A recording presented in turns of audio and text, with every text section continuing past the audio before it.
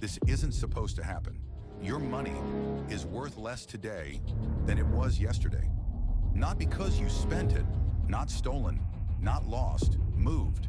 And if that sounds subtle, that's the point. Because you're not supposed to notice it clearly. You're supposed to feel it. That moment at checkout where you pause for half a second longer than usual. That small hesitation before you confirm a payment. That quiet thought, wasn't this cheaper before? And then you move on. You don't investigate it. You don't question it deeply. You adjust. That's where it begins. Every time you buy food, pay rent, or just go through your normal routine, something changes slightly. Not enough to alarm you, just enough to shift you.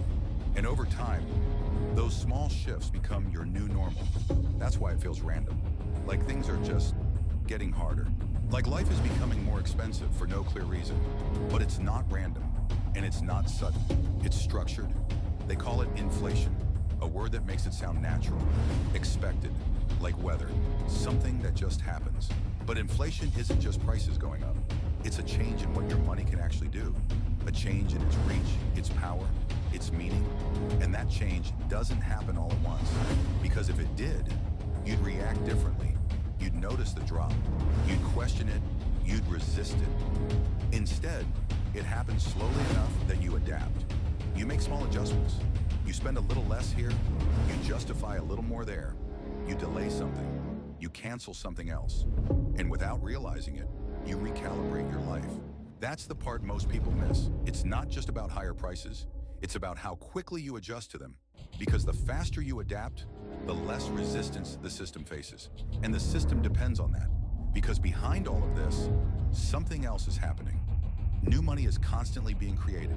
Not in a way you can see directly, not physically, but digitally. Numbers increasing in accounts, systems, and markets. And when more money exists, each unit becomes slightly less valuable.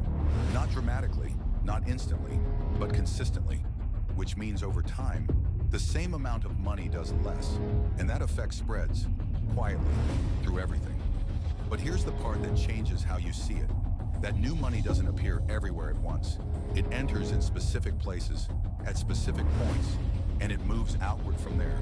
So the people closest to where it enters interact with it first, before prices fully adjust, before the shift spreads, and everyone else experiences it later, after the changes have already taken place.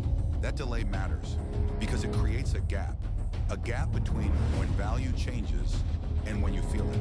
And by the time you feel it, it's already normal, already absorbed into prices, already part of the system you're reacting to. So instead of seeing a cause, you experience an outcome. Instead of understanding a process, you deal with pressure. And pressure feels personal, like something is wrong with your situation, your income, your planning. But the pattern shows up everywhere. Different people, different places, same experience. Trying to keep up, adjusting constantly, never quite feeling ahead. And that's not accidental, because the system doesn't need you to fall behind suddenly. It just needs you to stay slightly behind consistently. Close enough to keep moving, but far enough to keep adjusting. And that's exactly where most people exist. They earn, they spend, they adapt, and then they repeat, not realizing that each cycle is slightly different from the last, slightly tighter, slightly more demanding, until eventually they start making different decisions, not because they want to, but because they have to. They become more cautious, more selective, more focused on maintaining what they have instead of expanding beyond it. And that shift matters, because once your decisions change, your outcomes start to change too.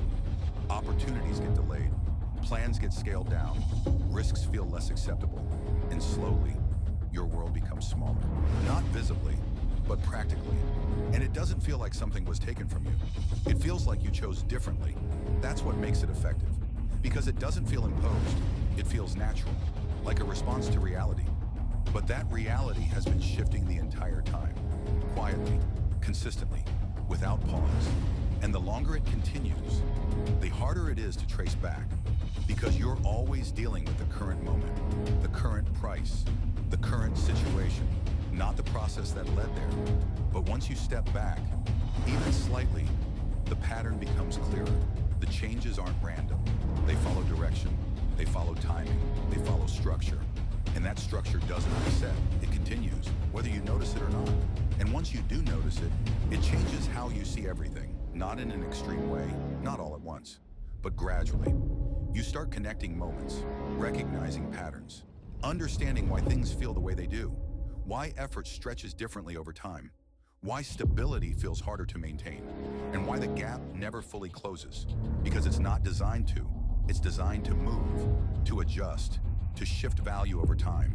And you're moving within that system, reacting to it, adapting to it, living through its effects, but not always seeing its structure. Until now. And once you see it, you don't just feel the pressure anymore. You understand where it's coming from. And that understanding stays with you every time you spin, every time you notice a change, every time something feels slightly off. Because now, it's not just a moment, it's part of a pattern, and that pattern is still happening right now.